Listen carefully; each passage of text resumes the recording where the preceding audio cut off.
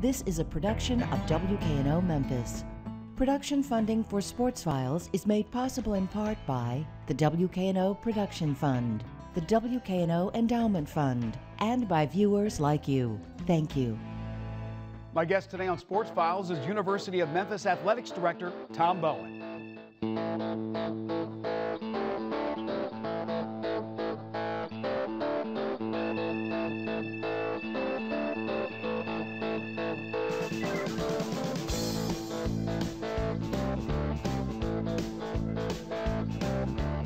Over the past 2 weeks here on Sports Files, we've interviewed both Grizzlies head coach Lionel Hollins and Grizzlies television play-by-play broadcaster Pete Pranica, and turned our attention extensively, but not exclusively, on the Grizzlies, and rightly so. The Grizz and Clippers resume their first-round playoff series tomorrow night at the Grindhouse, with the good guys a victory away from clinching the series. And later in our overtime segment, we'll tell you what the Grizzlies need to do to come out victorious. We'll also profile some of the hardest working women anywhere, the Grizz Girls dance team.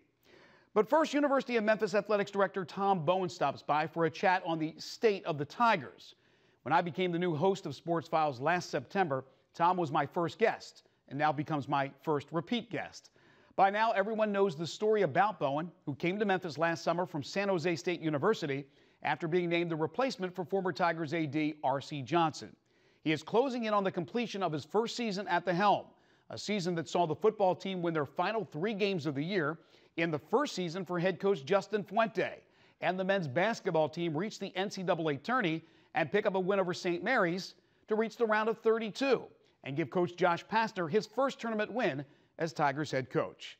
Today we look back at year 1 of the Bowen era, the highs and the lows, and look ahead to the move to the new American Athletic Conference. Tom Bowen, next on Sports Files.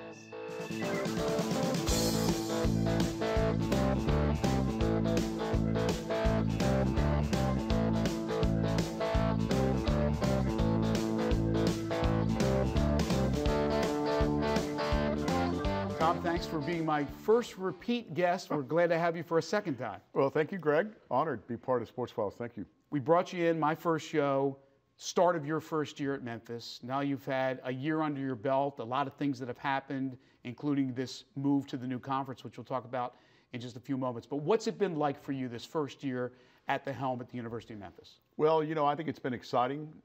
Certainly it's been every day a new beginning to create a new direction. And I've really enjoyed being a part of the University of Memphis. President Raines and her administration have been open-hearted and have welcomed me and have been really engaging what we've done. We've come in to create some new best practices and to do some things in our business that are part of our, shall we say, the matrix of how we start to build out as an FBS program and going forward at what we thought at the time was the Big East Conference. And it seemed like every month that started to change a little bit, and now we're the American Athletic Conference, which still to this day is a very strong and viable conference, but certainly wasn't what we thought was happening in June when I arrived, and as November and December, the Catholic 7. There's been just a lot of changes, but all in all, internally, we are the best we've been. We're positioned better than we thought we could be. The academic dynamic this year has been extraordinary. The student athletes, again, have done remarkable work with the postseason appearances by our team, the 2 tennis teams being selected yesterday afternoon. We're anticipating more opportunity for our track and field and golf. And I just believe that's been a very, very good year. And I've enjoyed very much being here. It's been a wonderful time in Memphis. My family and I have felt very welcome and it's a very warm place to be and to raise a family. I'm very happy here. I can only imagine how many things you have to do in the first year of a job like this, a high-profile job as athletics director at the University of Memphis, and bringing in staff and evaluating coaches and so on and so forth, but to also have everything that you just mentioned going on with this new conference. You've been so busy, out of town, back in town, on the phone, dealing with Mike Oresco and his people. Sure. Has that added any stress, or are you comfortable with all that extra added things you've had to do? Well, I knew we'd have to write a strategic plan. I knew that this was going to be a year of development, a year of preparation. We wrote the strategic plan. We conducted town hall meetings. We launched what we thought was called March to the East. It's now March to the American, so right. We're still part in the marching process. But I knew that this year was going to be a year to get ready for whatever it was going to be in July 1st, 2013. And would tell you that I feel very confident and very comfortable that all that preparation now is in place. And we are in a very good position, and we finished a very good year in Conference USA and continue to do so. The student athletes have responded to the new acceleration of the dynamic of accountability, the expectations of the classroom. We've changed our recruiting, so we've positioned ourselves for change. I knew coming into this position when it was offered to me in April by the committee and by the President Raines that this was going to be a year of change. What nobody anticipated was going to be that we thought the change move forward was going to be the change of where we were going. How much change? And I would give a lot of credit to my head coaches and to my staff and to the staff that was here that was with part of R.C. Johnson's administration and the staff that's come on board a part of my change in administration. And everyone has gotten together and worked well together. So, you know, the way these things trip up on you in our business is that you can't move forward, you get pinned down on some minutia or some bureaucratic dynamics. The university, the administration, the student athletes, the coaches, and everyone has been forward thinking in what we're trying to do. So we're positioned well, and it will be a very good transition for us as we start July 1 competing in the American Athletic Conference, or what's known as the American. The American, so right. Yeah, you can't dwell on what could have been. You can only deal with what is. And I would think it's safe to say you are very happy with what Mike Oresco was able to do with the television contracts, with what's going on with who's in the conference, who's leaving, who's out of the conference, and now move forward with that said. You know, I think the thing that people will realize, and I'll say it today because I gave a speech last week about this very topic about television. So for the first time in the history of the University of Memphis Department of Athletics, we are now under ESPN contract. We are an ESPN contracted conference. We'll be on ESPN. We'll be part of the highlights of ESPN. We're on ESPN, ESPNU, ESPN2, ESPN3, ESPN Radio, and all of the ESPN family that comes from college football, college basketball, game day is all part of the opportunity for University of Memphis. Incredible exposure. For the first time ever. So this last Conference USA men's basketball postseason tournament, Chris Crawford had 2 extraordinary nights, and never once was it seen on ESPN. Never once was it given the opportunity. What will happen now? What will happen now will be a paradigm shift in the way we are positioned nationally and the way as our student athletes succeed in all their sports are exposed. So the real caveat moving forward is the American Athletic Conference, a part of the ESPN network and network family, and the fact that we'll now be on October 30th, nationally televised football game, Wednesday night, all over the country, from Liberty Bowl, University of Memphis against Cincinnati. So those are historic moments for us that are going to really propel what we're trying to do. The downside, the Big East Conference, the name now belongs to the Catholic Seven in their new alignment. The Madison Square Garden opportunity didn't happen the way we thought it would happen, obviously, but we're trying to get back and play a game in Madison Square Garden. So there were some things that didn't happen that we had anticipated, and certainly the fans and friends of the university and Tiger Nation had thought we would be. That's not going to happen. At the end of the day, we will be in a better position long term as we build out this conference and build out our non-conference schedule. So it is not what was thought, but it will be better than what was anticipated. Well, you brought up the Garden, and it's certainly magnificent playing there. The Tigers over the years have played there an awful lot. Right. But now you have an opportunity to host, and it probably will be on a rotating basis with some other cities, but to host the basketball tournament like you're used to from the years in Conference USA. The bid is out. There is a bid in right now with the American. That's right. We submitted our bid today. The American Athletic Conference will meet in Jacksonville for the meetings in May 19, 2021. Will be considered for and it's men's only, so it's the men's tournament only. The women's tournament will be separate site. And we are in strong contention. We worked really well with the city and the FedEx and the Grizzlies and everybody. And Memphis was a great place to hold a college basketball postseason tournament. And I think we have a very, very good chance, because it'll rotate 14, 15, 16, 17. So my hope is that we get it in 14, but I'm really confident that sometime in the first 2 or 3 years of this conference, we're going to have the tournament here in Memphis. With all the things you're dealing with within the university, with all the things you're dealing with the American, you're also dealing with the national landscape of collegiate athletics. Recently named to the Athletic Directors Advisory Board for the BCS. We got one more year of the BCS, and they'll call it something else. But the bottom line is, you're in there, you're in the meetings, you're representing this university in this city. What's that like? You know, it's exciting because I think college football is, and it's football 100% tied to the football dynamic of FBS football. Right. You know, I have a background. I was on the Football Issues Committee from 2008 to about 2011. I was on the BCS Advisory Council prior to coming to Memphis, so it was a chance to go back on that council. it's exciting when you see what's happening in college football, what the new dynamic of the playoff will be in 2014. The fact that for the first time in the history of college football, there'll actually be a dynamic where there's a semifinal and a championship game, which from the fan standpoint has been something missing for a while because of the way the rankings have gone and the BCS rankings have gone and voting has gone. Someone always has felt left out and not really given the warranted opportunity they were given. This will hopefully change that. The BCS is one more year, and the American Athletic Conference has an automatic bid into the BCS game. So that is exciting for the 10 teams that are a member of this conference that will compete in the American Conference for that bid, along with the 5 other bowls that are tied to the American Conference that are still under bowl contracts in 2013.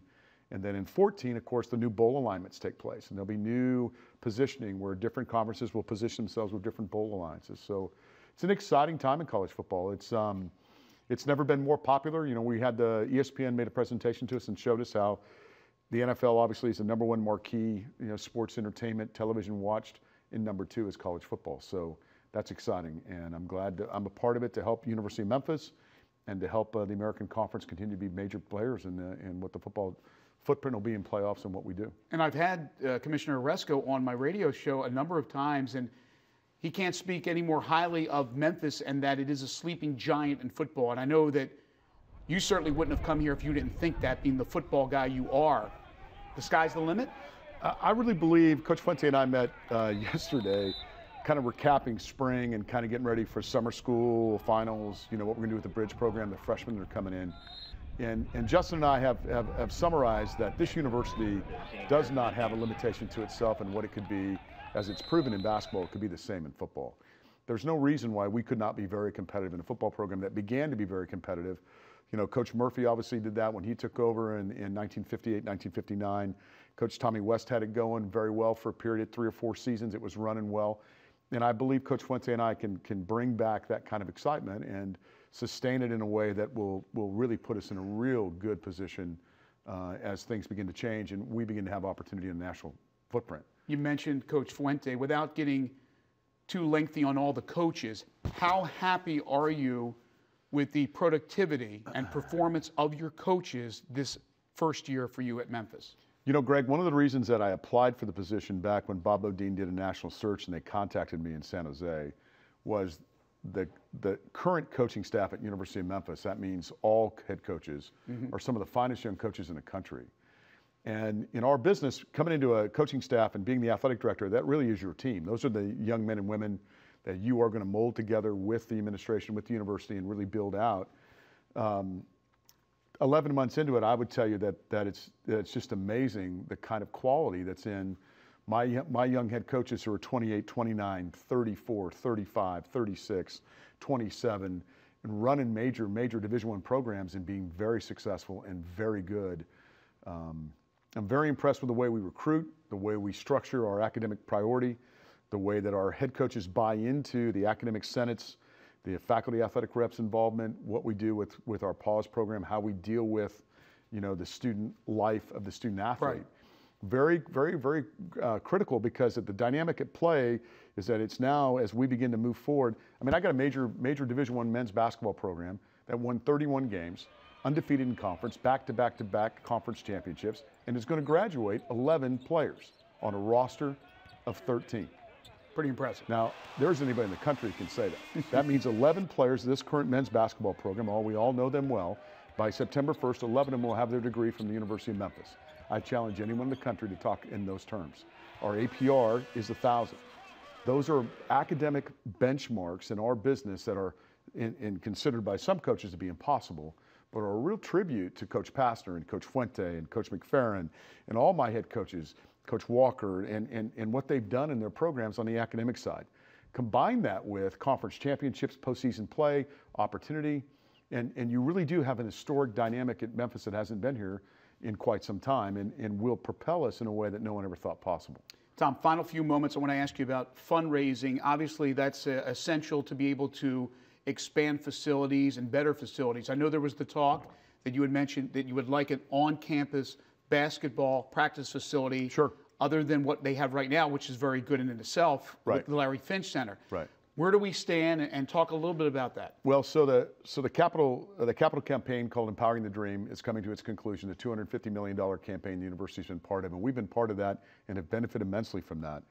The phase 2 for the athletic and capital improvements will be tied to practice facilities in Park Avenue and down in what's known as South Campus, right, in that footprint. So that we now have what we're called donor renderings, which are schematic drawings for concepts of what a men's and women's practice facility would look like for men's and women's basketball, the indoor closed facility for football to continue. That was started in the campaign called Momentum. The other dynamics down there, obviously the Hardin Trust and the Hardin Foundation granted us $2.6 million to build a new track and soccer field and complex down there. That started this week. So Park Avenue is going to become, over the next 18 to 36 to 48 months, become the new footprint of capital improvement and capital facility improvement for the Department of Athletics in the University of Memphis. And it's exciting times. There are a lot of individuals who want to get involved in what we're doing. And ironically, the Finch Center, which was funded originally by students as a student rec center and student fees, would then go back to the community, go back to the students. It would still be the Finch Center, obviously, but we would have the ability to do even more with that facility than we do now. Have about a minute left. Yeah. You will be the host school for one of the regionals next year in the NCAA tournament. What is that going to be like? And were you ever involved in something like that? And is that a lot of work for you guys? When I was at San Jose State, we hosted at HP Pavilion twice, in 2007 and in 2010. We were the regionals in first and second round. It's in a very exciting time to be part of that with the NCAA tournament because of what it does for the community, the city, the fans, the area, and the electricity that the men's basketball tournament creates. For the university itself, my athletic department, it gets every one of my employees involved. It'll be all 125 of my employees will be working that event. And my belief is that we'll be someplace else postseason. The only disadvantage here is that my team cannot participate in the regional in Memphis. Right. So I'm hopeful that I will be at another regional calling in, asking how things are going. Yeah. We all are. Yeah. Tom, always great to catch up with you. Thank you, Greg. Congratulations on a spectacular first year. And thank you. Good luck on the future in the American Athletic Conference. Thank you, Greg. Thank you very much. Go Tigers. That's Tom Bowen. We'll take a short break. When we come back, it's time for our overtime segment.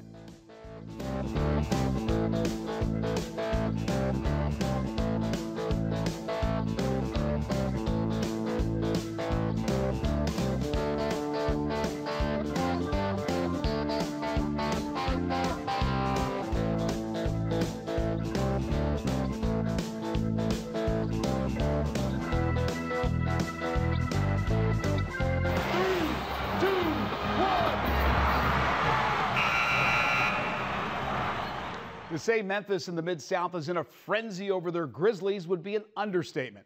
The Grizzlies and Clippers are in a flat-out war in their first-round playoff series, and now the hometown team is hoping to once again take advantage of the home cooking and win the series in 6 games, thus avoiding a 7th and decisive matchup. Last year, the two clubs battled for 7 games before the Clippers took the clincher on the Grizzlies' home court. If the Grizz are to return the favor this season, they'll need to take one of the 2 remaining games, and they can end it all tomorrow night at FedEx Forum. Once again, the key to success for Memphis is to dominate the painted area. Zach Randolph and Marcus Saul have been beasts and need to be again. The Grizzlies must do a great job on the boards and prevent the Clippers from second-chance opportunities while capitalizing on their own chances. The slower the game can be played is an advantage for the good guys. The Clippers, on the other hand, would love to be able to get out and run. And while the Grizzlies gear up for Game 6, so do the Grizz girls. This high-energy dance team has been entertaining fans in Memphis ever since the team's arrival. But it's over the last few years that this squad has really taken off. Choreographer Tamara Moore took over the reins of the team 6 years ago after working for NBA Entertainment. She is the mastermind behind the routines and plays the role of teacher, motivational speaker, and even den mother. During the past 2 off seasons, the Grizz girls have taken their act international, performing in Hong Kong, China, Taiwan, and Mexico. Back home, they host dance clinics for kids and weekly adult dance classes. Recently, I had a chance to talk with Tamara, a Syracuse graduate, about the team and to find out a little more about what makes them tick. Well, Tamara, thank you so much for being with us. Thank you for having me. We appreciate it. This is your 6th year. My 6th as the choreographer of the Grizz girls. Why do you like it so much? Oh my gosh. I can tell you that I love doing a variety of things, and with this job, I'm not just a coach, I'm a choreographer, I'm a nurse, I'm a psychologist, you know, I'm a counselor, you know, I get to do a little bit of everything, and I love mentoring the girls, so I love the job. What are the biggest challenges that you have? Probably at the beginning of the season, because we've got a group of girls who have been on the team before, and then we're bringing in rookies and getting them up to speed. And a lot of times the rookies have never been on a team before, and so understanding how a team environment works, right. How, you know, sometimes you have to take one for the team, and, you know, so-and-so is messing up, we have to do it over again and over again and over again and whatnot. So it's nice to kind of see the growing pains that happen with them trying to adjust to being on. So is it like a basketball team where you better have chemistry and you don't want individualism, and you may have that once in a while with a dancer? Yes, all the time. And in the beginning of the season, I like to do a lot of team bonding. So we do a lot of activities just to, you know, get the girls, you know, comfortable working with each other, so right. that by the time we make it on the court, we look like one well-oiled machine.